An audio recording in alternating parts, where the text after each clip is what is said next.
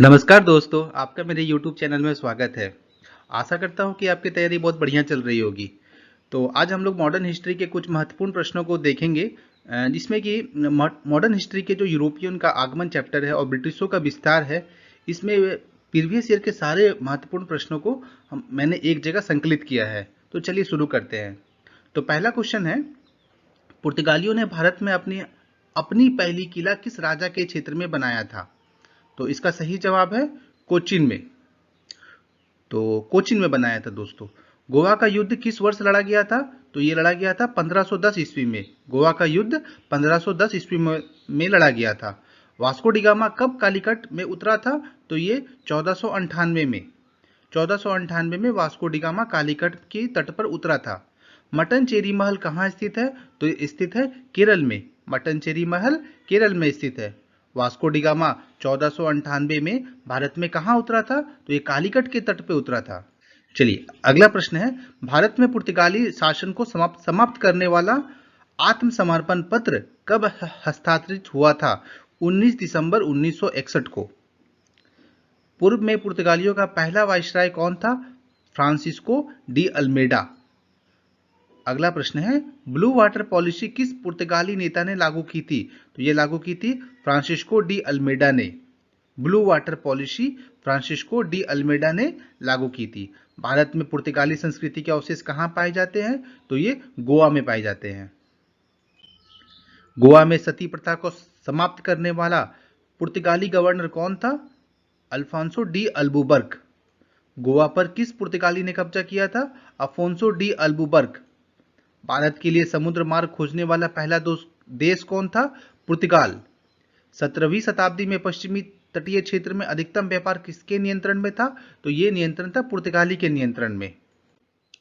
विजयनगर के किस शासक ने पुर्तगालियों को अपने राज्य में चर्च बनाने की अनुमति दी थी? तो ये दिए थे वेंकट टू ने। भारत आने वाले पहले और अंतिम यूरोपियन कौन थे? पुर्तगाली। भारत में व्यापार के लिए यूरोपियों का सबसे पहले किसने आकर्षित किया था? तो मसाले ने। मसाले के कारण यूरोपी भारत की ओर आकर्षित हुए थे। केरल में व्यापारिक केंद्र शुरू करने वाला पहला यूरोपीय देश कौन था? तो ये पुर्तगाली व्यापारी। गुजरात के शासक बहादुर शाह की मौत किसके संघर्ष में हुई थी? तो ये पुर्तगाली के साथ। भारत आने वाले पहले यूरोपीय कौन थे? पुर्तगाली। प्रसिद्ध यात्री डुआर्ट बाराबोसा किस देश से आया था? यह पुर्तगाल देश से आया था। डुआर्ट बाराबोसा यह पुर्तगाल देश से आया था। विजयनगर साम्राज्य का कौन सा शासक पुर्तगाली गवर्नर अल्बुबर्ग का मित्र था? कृष्णदेव राय। अगला प्रश्न है दोस्तों, यूरोप में कालीकट से पुर्तगालियों द्वारा ले जाए जाने वाले सूती वस्त्रों को क्या कहा जाता था? तो इसको बोलते थे कैलिको। भारत में डचों की पहली बस्ती कहाँ थी? तो ये पुलिकट में थी। डचों की पहली बस्ती पुलिकट में थी। 1651 में मुगलों द्वारा ईस्ट इंडिया कंपनी को व्यापार और फैक्ट्री बनाने की अनुमति बंगाल में कहाँ दी गई थी? तो ये कासिम बाजार में दी गई थी। भारत आने वाला पहला अंग्रेजी जहाज कौन सा था? Red dragon. ये महत्वपूर्ण प्रश्न है दोस्तों, इसको हमेशा याद रखिएगा। अंग्रेजी जहाज, भारत आने वाला पहला अंग्रेजी जहाज कौन सा था? तो ये था रेड ड्रैगन। भारत में ब्रिटिश ईस्ट इंडिया कंपनी द्वारा बनाया गया पहला किला कौन सा था? Fort Saint George. British East India Company द्वारा बनाया जाने वाला पहला किला फोर्ट सेंट जॉर्ज नाम था। अंग्रेजों ने भारत में अपनी पहली फैक्ट्री या व्यापारिक केंद्र कहाँ स्थापित की थी? तो सूरत में स्थापित की। ये भी बहुत महत्वपूर्ण प्रश्न है दोस्तों। अंग्रेजों ने अपनी पहली फैक्ट्री सूरत में स्थापित की थी। ब्रिटिशों ने जिन स्थानों पर व्यापार केंद्र स्थापित किए थे उनका सही कालानुक्रम क्या है? सबसे पहले उन्होंने सूरत में स्थापित किया था, उसके बाद मद्रास में, बॉम्बे और कोलकाता। ये तीन क्रोनोलॉजिकल ऑर्डर में है, ये तीनों चारों। जब ईस्ट इंडिया कंपनी की स्थापना हुई थी तब भारत में मुगल सम्राट कौन था? अकबर था। ईस्ट इंडिया कंपनी भारत में सबसे पहले किस शहर में उतरी थी? तो सूरत में। ईस्ट इंडिया कंपनी के उदय के बाद कौन सा बंदरगाह पतन डिक्लाइन की ओर चला गया? सूरत। किसने 1615 से 1619 तक मुगल दरबार में 4 वर्ष बिताए थे? सर थॉमस रो ने बिताए थे। अंग्रेजी ईस्ट इंडिया कंपनी ने भारत में पहली बार किस वर्ष उपस्थिति दर्ज की थी? 1608 ईस्वी में। ईस्ट इंडिया कंपनी की स्थापना किस वर्ष हुई थी? 1600 ईस्वी में। अंग्रेजों द्वारा कलकत्ता में बनाया गया किला कौन सा था? Fort William. भारत के पूर्वी तट पर किस यूरोपीय उपनिवेशकों की बस्ती नहीं थी? डेनिस। फ्रांसीसी यात्री फ्रांसवा बर्नियर भारत में किस वर्ष आया था? 1658 ईस्वी में। पौंडीचेरी का वह फ्रांसीसी गवर्नर कौन था जिसने फ्रांसीसी कंपनी को एक शक्तिशाली कंपनी बनाने का प्रयास किया? Joseph Francois duplex. भारत में फ्रांसीसी उपनिवेश की राजधानी क्या थी? पौंडीचेरी। कौन भारत में फ्रांसीसी बस्ती नहीं थी? गोवा। गोवा फ्रांसीसी बस्ती नहीं थी। फ्रांसीसी ईस्ट इंडिया कंपनी ने पौंडीचेरी किससे प्राप्त किया था? बीजापुर के सुल्तान से प्राप्त किया था। भारत में एंग्लो फ्रेंच प्रतिद्वंदिता में निर्णायक सिद्ध हुई लड़ाई कौन सी थी? वांडीवास की लड़ाई। एंग्लो मैसूर युद्ध के बाद ईस्ट इंडिया कंपनी ने बंगाल का गवर्नर किसे नियुक्त किया था? रॉबर्ट क्लाइव को। कौन सी घटना ने अंग्रेजी ईस्ट इंडिया कंपनी को बंगाल सूबे का वैध शासक बना दिया था? बक्सर की लड़ाई, जो कि 1764 ईस्वी में हुई थी। बक्सर की लड़ाई में अंग्रेजी सेना का नेतृत्व किसने किया था? हेक्टर मुनरो ने। 1764 ईस्वी में ईस्ट इंडिया कंपनी और नवाबों तथा मुगल साम्राज्य की संयुक्त सेना के बीच कौन सी लड़ाई लड़ी गई थी? बक्सर की लड़ाई। बक्सर की लड़ाई किस वर्ष लड़ी गई थी? 1764 ईस्वी में। अंग्रेजों ने भारत में किस युद्ध का राजनीतिक सत्ता प्राप्त की थी? प्लासी की लड़ाई में। प्लासी की हार के बाद सिराजुद्दौला की हत्या कर दी गई थी और किसको नवाब बनाया गया था? तो मीर जाफर को। सिराजुद्दौला ने किस शहर का नाम बदलकर अलीनगर रखा था? कलकत्ता। मुर्शीद कुली खान, अली वर्दी खान सिराजुद्दौला के किस राज्य के नवाब थे? बंगाल के। प्लासी का युद्ध सिराजुद्दौला और ब्रिटिश ईस्ट इंडिया कंपनी के लॉर्ड क्लाइव के बीच लड़ा गया था। तो ये कब लड़ा गया था? 23 जून 1757 ईस्वी को। मैसूर के खिलाफ किस युद्ध में ईस्ट इंडिया कंपनी को अंतिम जीत मिली थी? चौथा एंग्लो मैसूर युद्ध।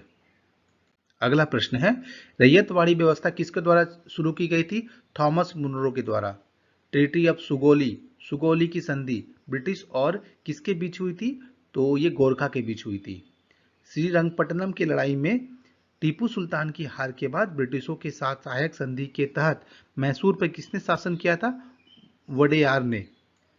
परमानेंट सेटलमेंट, अस्थायी बंदोबस्त ईस्ट इंडिया कंपनी द्वारा कब शुरू किया गया था? 1793 ईस्वी में। वडगांव संधि किस वर्ष हुई थी? 1779 ईस्वी में।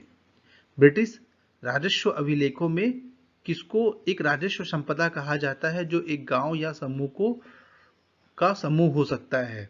तो महाल को एक राजस्व संपदा कहा जाता है जो या तो गांव हो सकता है या गांवों का एक क्लस्टर हो सकता है। श्रीरंगपट्टनम किला कहाँ स्थित है? ये कर्नाटक में स्थित है। ब्रिटिश शासन के दौरान बंगाल में किसानों की कौन सी फसल उगाने के लिए मजबूर किया गया था? तो जूट उगाने के लिए। 1757 की प्लासी की लड़ाई में सिराजुद्दौला से विश्वासघात किसने किया था? मीर जाफर ने। 1767 से 69 ईस्वी में ब्रिटिश और हैदर अली के बीच लड़ा गया पहला मैसूर युद्ध किस संधि के तहत समाप्त हुआ था? मद्रास की संधि के तहत।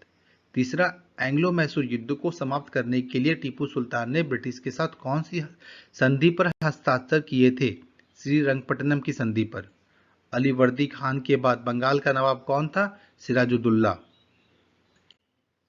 ब्रिटिश शासन के दौरान पंजाब में किसानों को कौन सी फसल उगाने के लिए मजबूर किया गया था? गेहूं। प्रथम एंग्लो बर्मा युद्ध किस संधि से समाप्त हुआ था? यांडाम्बो की संधि। 1774 की प्रसिद्ध रोहिल्ला युद्ध में रोहिल्लों को अवध के नवाब डैश ने हराया था? सुजाद उदौला ने हराया था। टीपू सुल्तान के पिता कौन थे? Hyder Ali. East India Company ने मैसूर के खिलाफ कितने युद्ध लड़े थे? 4 युद्ध लड़े थे। अफीम युद्ध ब्रिटिशों और किसके बीच लड़े गए थे? चीन के बीच। 1911 तक ब्रिटिश भारत की राजधानी का कौन सा शहर था? कलकत्ता। 1911 तक ब्रिटिश भारत की राजधानी क्या थी? कलकत्ता। 1911 में ये शिफ्ट होकर दिल्ली आ गई। अगला प्रश्न है, 1824 में सिपाहियों ने समुद्री मार्ग से ईस्ट इंडिया कंपनी के लिए किस स्थान पर युद्ध के लिए जाने से इनकार कर दिया था? यह स्थान है बर्मा। अगला प्रश्न है, 1905 से पहले ब्रिटिश भारत का सबसे बड़ा प्रांत कौन था? Bengal. British East India Company ने पुर्तगालियों को किसमें हराया था? सुवाली की लड़ाई में। भारत का कौन सा राज्य अहोम शासन द्वारा शासित था? असम। तलातल घर भारत के किस राज्य में स्थित एक ऐतिहासिक स्मारक है? असम में। स्वतंत्रता से पहले भारत का कौन सा क्षेत्र काला पानी के नाम से जाना जाता था? अंडमान और निकोबार द्वीप समूह। भारत में ब्रिटिश शासन के दौरान गोमास्ता क्या था? एक वेतनभोगी सेवक जो बुनकरों की निगरानी करता था, सामग्री एकत्रित करता था और कपड़े की गुणवत्ता की जांच करता था। टीपू सुल्तान और ब्रिटिश ईस्ट इंडिया कंपनी ने मैंगलोर की संधि किस वर्ष की थी? 1784 ईस्वी में। टीपू सुल्तान और ब्रिटिश ईस्ट इंडिया कंपनी के ने मैंगलोर की संधि हुई थी।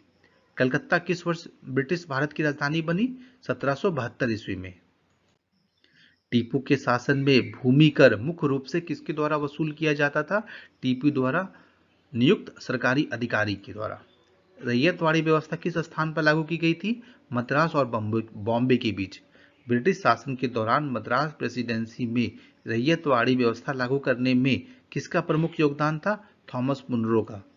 जब 1856 में डलहौजी ने अवध को ब्रिटिश साम्राज्य में मिला लिया, तब वहां के नवाब कौन थे? वाजिद अली शाह। लॉर्ड डलहौजी ने अवध को ब्रिटिश साम्राज्य में किसके आधार पर मिला लिया था? राज्य की कुशासन की स्थिति के कारण। किस वर्ष मराठा साम्राज्य का अंत हो गया? जब उन्होंने तीसरे एंग्लो मराठा युद्ध के बाद ब्रिटिशों के समक्ष आत्मसमर्पण कर दिया, 1818 ईस्वी में।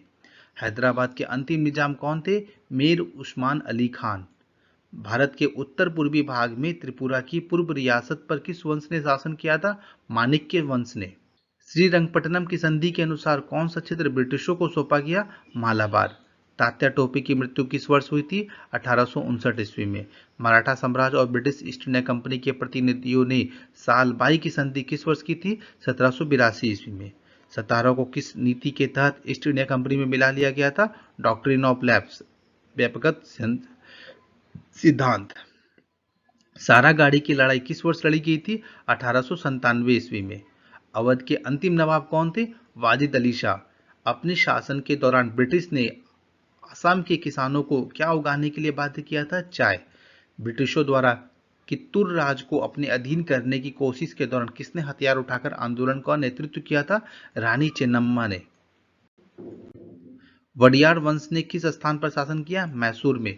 मैसूर का शेर किसे कहा जाता है? टीपू सुल्तान को। फ्रांसीसी क्रांति के आदर्शों से कौन प्रभावित था? टीपू सुल्तान। झांसी को किस नीति के तहत ब्रिटिश साम्राज्य में मिला लिया गया था? डॉक्ट्रिन ऑफ लैप्स, व्यापक सिद्धांत। डॉक्ट्रिन ऑफ लैप्स को सबसे पहले किस रियासत पर लागू किया गया था? सतारा पे। सबसे पहले एसेशन के दस्तावेज, इंस्ट्रूमेंट्स ऑफ एसेशन पर किसने हस्ताक्षर किए थे? त्रावणकोर के दीवान ने। 18वीं सदी के भारत के संदर्भ में दस्तक क्या है? तो एक व्यापार परमिट है, ट्रेड परमिट कहते हैं इसे।